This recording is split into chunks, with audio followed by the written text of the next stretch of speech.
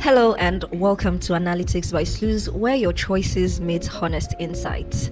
My name is Anike, your usual host on the show, and today we would be asking a simple question. When big multinationals pack their bags to leave the country, who then sells us milk, soaps, and even medicines? Now, this is a spoiler alert. It could be you. Yes, you. Our small business owners. Let's get into it. So let's talk about the big shrink.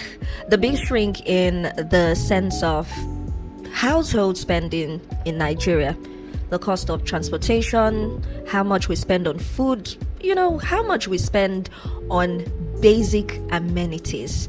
Now that has fallen drastically in the Nigeria of today, like the Jenga towers. And we're beginning to think about it, that how exactly can people survive? So let's take a bit of analysis. In 2024, reports showed that spending fell by almost half in one quarter.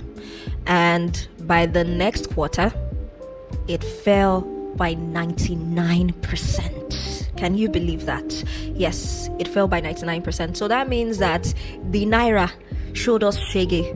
And is it still showing us shege? Well, I'm going to leave that for you to answer. Let's talk about some of the companies that have maybe reduced operations in Nigeria or decided to leave. Let's talk about companies like GSK, the ones that make Panadol, Sanofi, makers of vaccines, and also Procter & Gamble, the Ariel and Pampers people. Now, these people have either left, reduced their production in the country, or turned to importing their products into the country, all in a bid to save costs. Imagine walking into a supermarket and noticing that favorite brand of yours is not on the shelves. What would you do? Gradually, that is what is happening in Nigeria. And that's why we'll be talking about this today. When giants shrink, how can small businesses win big? Of course, I won't be doing this alone. I've got my co-analyst with me, is becoming a regular on Analytics by Sluice, and I am happy to introduce to you again Otumba Amayedero, my business analyst on the show. Good to have you again. Thank you for having me today. How are you doing? Very well. Very well? Very, very well. Okay, so I want to start with this question before I ask you a serious question. All right. What's that product that you like, that you maybe don't see anymore on shelves? That question should be around products like we grew up with and we can't find them anymore. Are we talking about Dunlop? Even Vaseline, like you mentioned earlier, they are going to be becoming, if not already, imported goods in Nigeria, whereas they were produced here all along. So, like a lot of products that we grew up with, like there is this beautiful drink that we grew up with. Then these things has been replaced by Coca-Cola. It's good, Biggie, like I said, they're coming up to take the space, but a lot of products you can mention. But for now, just let me say Dunlop. So why do you think that these big companies, or let's put it in a better way, these multinationals are actually finding it hard to stay here? It is general phenomenon. It is everything centers around economy valuation. Like you talk about high inflation, you talk about forex exchange. The effect, these are the ripple effects all of these things are bringing into the economy. I mean, why companies are leaving, maybe multinational companies are leaving Nigeria, it is simple, it is clear, all written on the wall. When there is high inflation in an economy, of course, some people will shake body.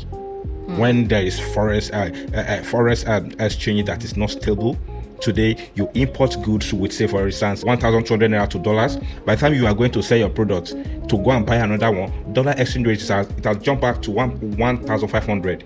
Where are you going to record that 300 naira? You understand what I'm saying? Mm-hmm. So exchange rate, even logistics and supply chain, all of these things are what companies are going to be considering to know whether they are going to stay in a country or not. Nigeria is not the only place people can do business anymore. Mm-hmm. We have other countries with other infrastructures and amenities that make businesses to thrive well. So you will not blame them if your business environment is not healthy enough for international companies to stay. So the question would not still be that where are they even moving to? Like P&G you mentioned, what they are doing is like they are trying to, all of the products that are manufactured in Nigeria, they are trying to import it back into Nigeria system. Do you know what that means? Do you know what it's going to cost? So those are the things we will have to actually look at in this conversation today. But before we actually look into that, I want us to bring it to our small businesses here now, because I feel like this is a good way to spot opportunities, right? So when these giants are leaving or they're shrinking, there are opportunities that these small businesses can spot. I mean, as a business owner, you know that when you set up your business, you want to sell and you want to make profit as well. And if that's not happening, there would be, of course, job losses. And even for local businesses, I've seen a number come up on social media and say that, you know what, we can't maintain this again and we're just shutting down. So what do you think is really going on? You remember that I mentioned when we started that where two elephants are fighting, the grass would suffer. And I said it is like the system against the big companies, or should I say the multinationals. So what do you think could be the pain points? Okay, I will start from the two elephants you mentioned now. Yes, the elephants are the system, and these our beautiful multinationals, which they have actually grown our economy, they have grown our cities, they have given jobs to our people. But at the same time, the system cannot continue or existing because of them. We have to upgrade our system. We have to do what works for us, what gives room for local businesses. Yes, the pain points, which I believe should be short-term pains, will be like job losses. Like P&G, for instance, over 5,000. I think I have a data that should be displayed for this. P&G, over 5,000 jobs were lost. Now, when ShopRite was leaving, ShopRite had about like 25 stores in Nigeria, if not more. The numbers of staff, despite they managed to do, will I call it merger, or will I call it transfer of ownership, despite they tried to manage that, over 2,000 people lost their jobs. Now, those are the part of the pain points when multinationals are leaving your system, when they are leaving your economy. You will experience that, which is going to be for a short while. And in a way, it is also going to affect the system. When we are talking about system, we are talking about the government policies and what have you. It is going to affect them in a way that there will be a drop in your revenue generation, the kind of tax they pay. You will not receive that. There are other points like that will be rising consumer prices, because if I am producing a certain tons of commodity into the society, and all of a sudden I am withdrawing my operation, where do you want those people to see or to have access to those particular products I was presenting for them? So meaning that if I have competitor in that line of production, they come with what they can produce, of course, right? So it's like looking for a better system and then bringing back the finished product into the country. So these guys are living now. Okay, let me take it from the point of pain point from Nigeria first, before I talk about the strategy these people want to be pushing on Nigeria and what we have to do within our system by ourselves, so that the system can depend more on local manufacturer. Okay. So I'll get to that your point. But I was even saying that the point at which, take for instance, company A leaves Nigeria, but there are competitors that are company B and company C, but they are not doing as much as what company A used to produce into the economy. When there are not enough products to fill into the economy, there will be price challenges, which is one of the reasons we are facing some products right now. Because the giant in that industry or in that product line left the economy already, and the other competitors now trying to fill into the demand of the public, right? So maybe what you are selling for 10 naira and you see there's higher demand, you are going to place it like 15 naira. Okay, so not to scare anyone watching, right? I would like to say that this is not all bad news. At all. This is not all bad news, because what I'm hearing now, or what I'm seeing from your analysis would be that, it could be that we might be losing some, but it might be a massive win as well if we decide to look at it that way, because when these giants decide to shrink or are shrinking, it also means that small businesses can grow wings. And this is where I want us to look at it now, the opportunities that we can actually cite from this. Because if you go into a store and you realize that some of the products that I usually purchase is not here anymore, it means that a local business owner could say, how about I do something like this and start to distribute nationwide if need be. But correct me if I'm wrong. Is this all bad news, or do we have like an open check here? Okay, like it's a jackpot for Nigerians. And I will say this: if Goliath didn't die, there won't be Rise of David. Like I said earlier, the vacuum is there already. And people in the sector, they are not enough. We have a lot of strength within the system to fill in this vacuum. But it's just a wake-up call that those vacuum shouldn't be filled with another international presence. The economy is favoring local manufacturer as we speak. We can look out for local resources, make exchange with other countries that has maybe the complement other part of resources, and begin to be thinking inwardly. Now, there's something that happened, again, trying to practice my belief. Now, there's something that happened to the Egyptians when the Israelites left Egypt. What happened to them? Their economy crashed because they depended on... I'm tempted to say preach pastor or preach preacher. No, but it's reality. It's something that it has been there over 2,000 years ago, even before us here. And it is all right if you cannot make references to it. What happened to the economy? It crashed. Because what? Expatriates left. Who are the expatriates? The Moses and his gang. The Israelites, they left Egypt economy and they suffered it. And that was why Pharaoh was doing the chasing. Number one, he never wanted them to leave because he knows what they are doing in their country. But the truth is that you can't hold Israel down in another country. You can't. They don't belong to us. Even if the company is 1 million years in Nigeria, it is not Nigeria company. So as it was in the beginning, so shall it be till the end. So the call now is for us not to be like Egypt. Let us look inwardly. Let us begin to be building our own infrastructure by ourselves. Let us begin to be feeding our people by ourselves. Let us be able to ask questions like, what are the ingredients in your product? Then we'll be able to, okay, I saw this one from Osun State, I saw this one from Jigawa State, and I saw this one from Plateau State or anywhere in the East. Don't let it be that they just sent one powder from nowhere, then they will mean, and what is the powder? They will not say chemical egg soap. No, we want to know what we are eating. And it is not just a day thing, it is not something we want to feel in another 5 years. Let me tell you the truth. It's something that if you don't manifest it within you, the vacuum will be there for a very long time. Don't forget I said earlier that it's a vacuum that should exist for a very short time. But what are those things we need to fill this vacuum? So I kind of realized that, the local brand, So Clean, stepped up their game. And it was affordable. And they are also the makers of Good Mama. So the two products are made by this company, Eco Supreme Nigeria Limited or something. They are local.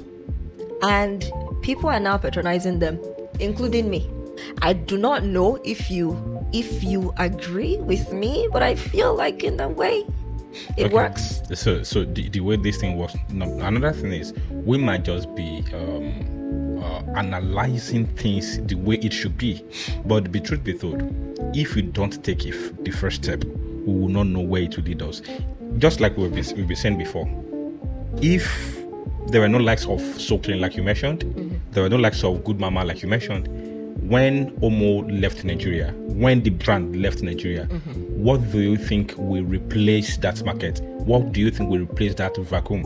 Now, it's just that same, this detergent industry is just, what's the name of the industry now? So it's just one of, imagine food and beverages, imagine the FMCG industry. You know that I think Guinness or thereabouts sold to Toleram. Yeah. So there's this question that who owns Toleram? Enemy? So Toleram owns Indomie. Toleram owns like 70% of businesses in Nigeria. That's even local as well. Lekki, Deep Sea, well, what have you? The port at Lekki. Toleram owns larger part of it. Then who owns Toleram? It is not Nigeria. But it is a business that has really deep so well. It's like Israel in Egypt. The day Toleram will leave Nigeria. Yes, sometimes they've been here for ages. Is my analyst sounding like a prophet of doom? No, but okay, now imagine it. That there are companies building themselves up to be able to replace or to be able to collaborate with Toleram. Someday, yes, Toleram has become Nigeria indigenous business because they have entered well into our roots. But what we're saying is that let us even leave Toleram as a whole. Let us look at the vacuum that has been created with the likes of P&G, GSK. We talked about ShopRite, then the likes of ShopRite, then we have Boku. Boku is doing fantastically well across Lagos. Sure, that. But how about places that are not in, places, other states that we have ShopRite, but Boku is not there. So we're talking about expansion now. Even if they don't want to expand, we used to say something here that collaboration is the way to do business. Now in Africa, they can sell this franchise to Ekiti State or in Odo State. Let another business Mugu sometimes just start something like Boku Plus. I also feel like another issue that small business owners might be dealing with would be power. That's Power supply. That's power supply. And I know a lot of business owners as well are now leaning towards solar, right? Which I would also encourage some more business owners to lean on. But the question again is, for solar, what how much capacity does it have? Speaking of electricity, it's one of the challenges we are still going to face. We are not there yet, but I know that we are on the right path to a sustainable power supply in this country. Of course, we know that it's getting better. It's way getting better. Yeah. It's way. When you speak to manufacturers, unlike where we're coming from, that they will have to pay the price, and they will not see the electricity to use. The story is changing now, but far beyond electricity supply in Nigeria, there's another challenge we need to also talk about. As you are stepping into this vacuum, prepare yourself to take care of these things, and it's as simple as number one, supply chains, because you need those infrastructure to survive as a business. I agree. That could be one of the things that is even chasing our guys away. And another thing we also have to mention is the quality assurance. I don't want to hear that it is made of Nigeria, so that's why it's not good. Well, Nigerians have that issue in general. We have that problem in this country, whereby you hear that if something is made, now my other brothers do. Yes. No, so I don't you will want to buy it, but wrong. you know that you are not buying it to enjoy it. You are just buying it out of emotion. No, that should stop. But they're good. They're good Nigerian brands. At least I talked about So Clean. What about you've talked about quality? You've talked about distribution. What about pricing as well? That's also important because in this country we love affordability, and that's something we need to look into. Because some of our local brands now, let's tell the truth, you will see some and they'll be like, oh, it's a luxury product, and why is the price this high? You hear you're not the target market. That's another issue that so myself and my team, we did one little very quick research on why do we have price instability in Nigeria, even for almost the same products. So you will see that most of these, we did it before we came up to this show, and we did it for brands that are imported. That they left in Nigeria. Now they are now importing them, like Augmentin from GSK, and they are now importing them into Nigeria. Compared to other products, the same category of the same product being produced in Nigeria, we realize that despite the price of Augmentin skyrocketed to maybe times 6. Yes, of course, dollar rate, all of that will constitute to the increase in the price. But do you know that some people still prefer to buy the Augmentin than buying the locally made? That's the place of trust. So the question is that why? It is called brand loyalty. And the place of trust. Yes. Really. So these people are loyal to this brand, but they are not trusting the one that are made locally. So now I will not blame these customers. I will charge up the local manufacturer.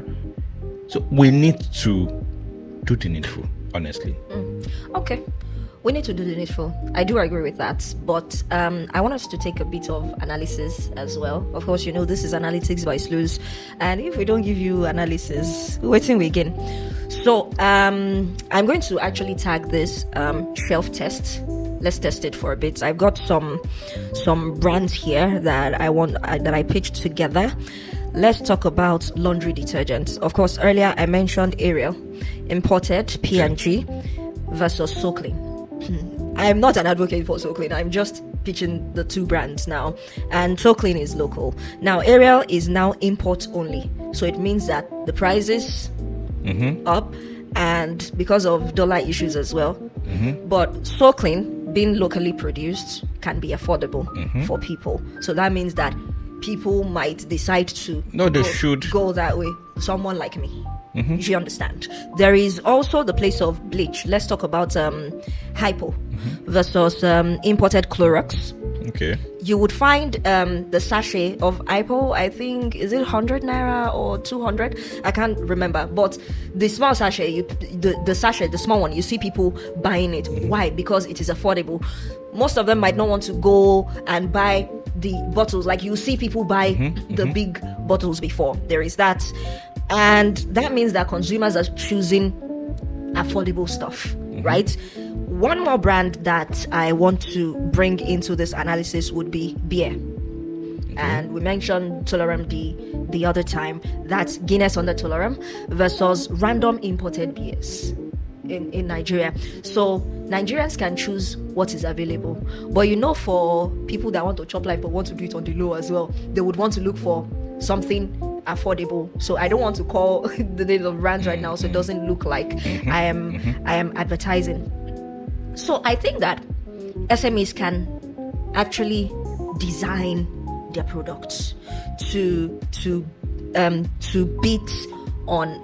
beat import on price, because if we're making it locally here, it's not like, except for the fact that we are saying that some of the raw materials that we are using, we had to bring them into the country. That we have those stuff as well. But if you can design your product to beat imports on price, to beat imports on availability, to beat imports on consistency, like you mentioned earlier, I feel like local businesses are good to go. I agree with you, and I feel some other day, some other episode, we are going to talk about how we can actually, how businesses can come together and fill in this vacuum, and that would be it for me. Okay, so from me, I would say that, of course, we're all in the system together, and we understand that the consumption crisis has squeezed everyone. Believe me, it has squeezed everyone.